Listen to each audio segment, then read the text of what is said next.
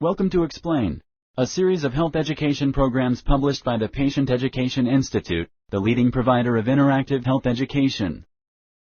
This video includes general medical information and does not replace the medical advice of your doctor or healthcare provider. If you have questions pertaining to your medical condition, ask your doctor or healthcare provider. Facelifts. Introduction.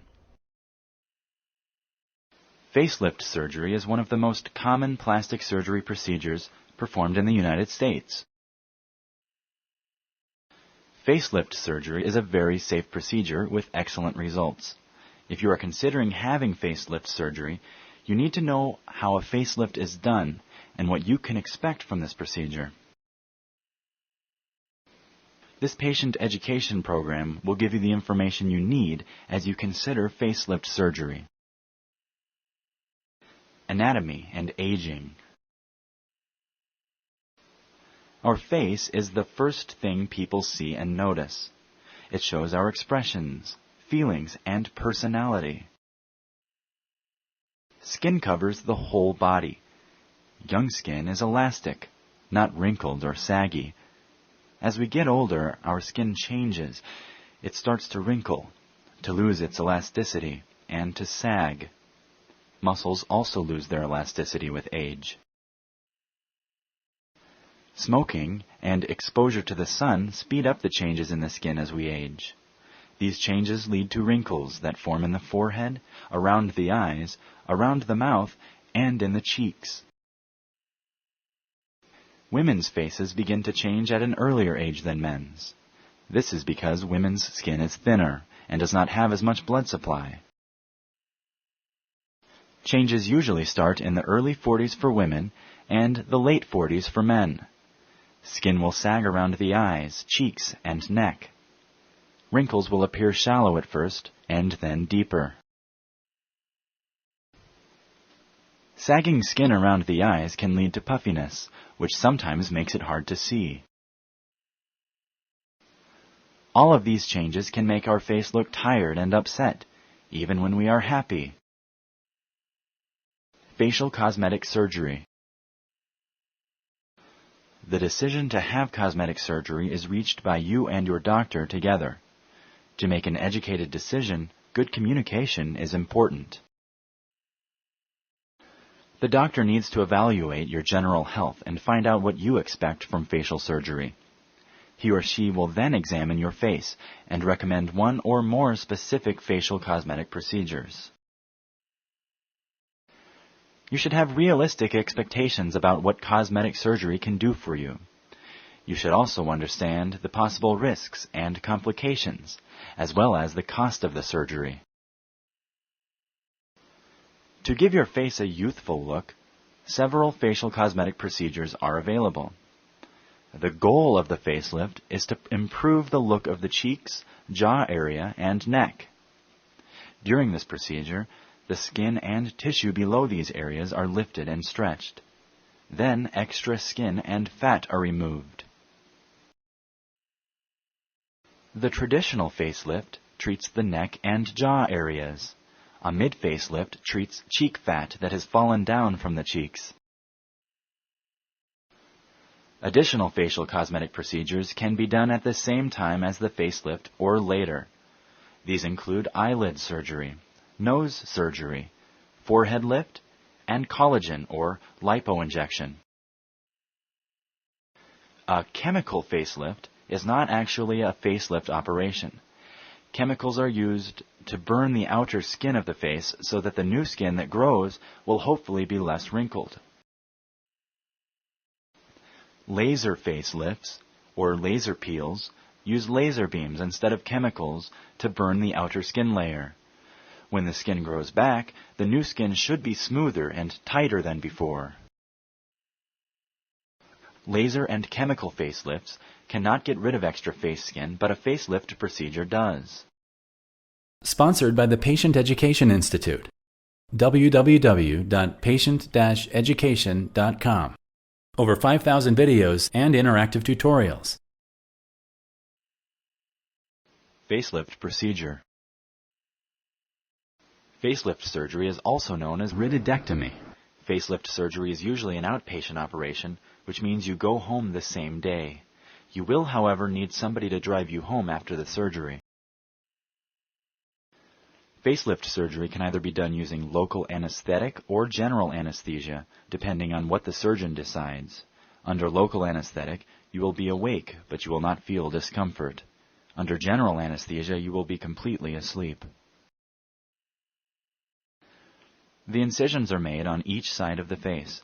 Each one starts in the temple area behind the hairline, goes down just in front of the ears, and then goes behind the ear.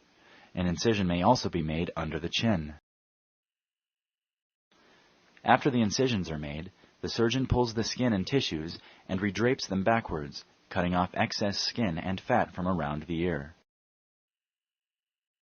The incisions are then closed with either stitches or metal staples.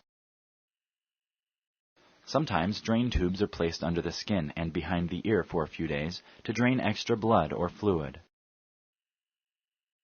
Risks and complications. Facelift surgery is very safe. However, there are some possible risks and complications you should know about.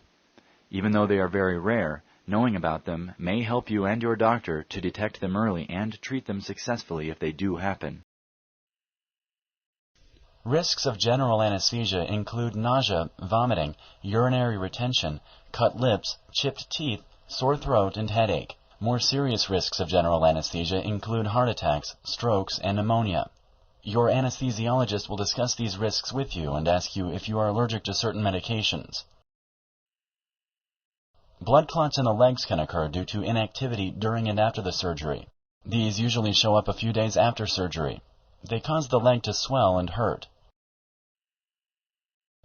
Blood clots can become dislodged from the leg and go to the lungs, where they will cause shortness of breath, chest pain, and possibly death. It is extremely important to let your doctors know if any of these symptoms occur. Sometimes the shortness of breath can happen without warning. Getting out of bed shortly after surgery may help decrease the risk of blood clots in the legs. Some risks of facelift surgery are common risks that go along with any surgery. These risks include infection, bleeding, and skin scarring. There is a small risk of infection. If this happens, it is treated with antibiotics and possibly more operations.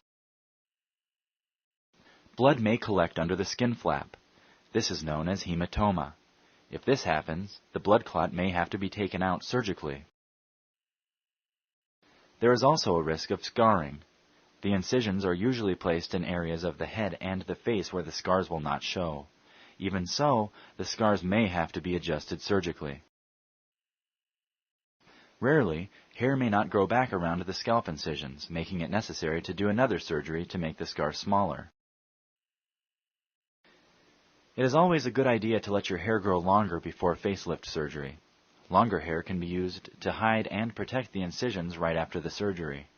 Over time, scars usually blend in with the surrounding skin so they are not noticed very easily. There is a risk of some skin loss. This occurs in the areas behind the ear and rarely in front of the ear. The risk of skin loss is higher in smokers than in non-smokers. There is the risk of nerves getting damaged during facelift surgery. Damage to the nerves that go to the face and scalp could cause the face muscles to become weak or the skin to be permanently numb. This is extremely rare.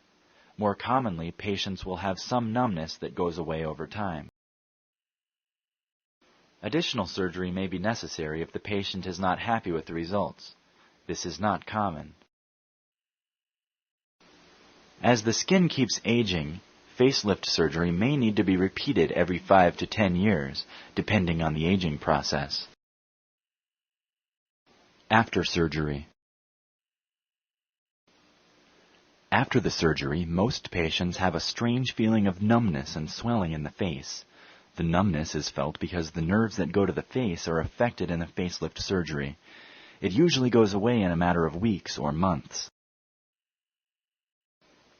The swelling happens because the soft tissues of the face are affected in a facelift surgery.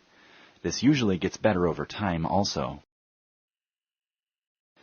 Some bruising is normal. The patient will have a fairly large bandage for 1 to 7 days. After the bandage is taken off, a special cover called a facial bra may be used to reduce bruising and swelling. The final results of the operation will not be clear for 3 to 6 weeks. This allows enough time for the swelling to go down, the bruising to disappear, and the scars to heal.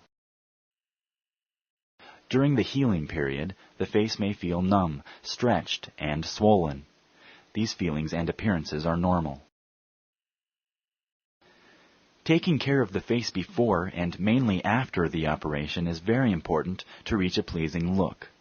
First, if the patient smokes, he or she should stop smoking for at least 2 weeks before and 2 weeks after the operation. Smoking decreases the blood flow to the skin and will make it hard to know what to expect during the healing. The patient should not expose his or her face to the sun for long periods of time for months after the operation. Healing incisions are very delicate and can burn easily if exposed to the sun, which leads to scarring. The patient should stay away from strenuous activities for at least 2 weeks after the operation. The surgeon will say when normal activities can begin again. After recovery, the patient can complement their new youthful appearance with a new hairstyle, eyeglasses, or wardrobe. If you like this video, please like and share. For similar videos, subscribe to our channel. Summary.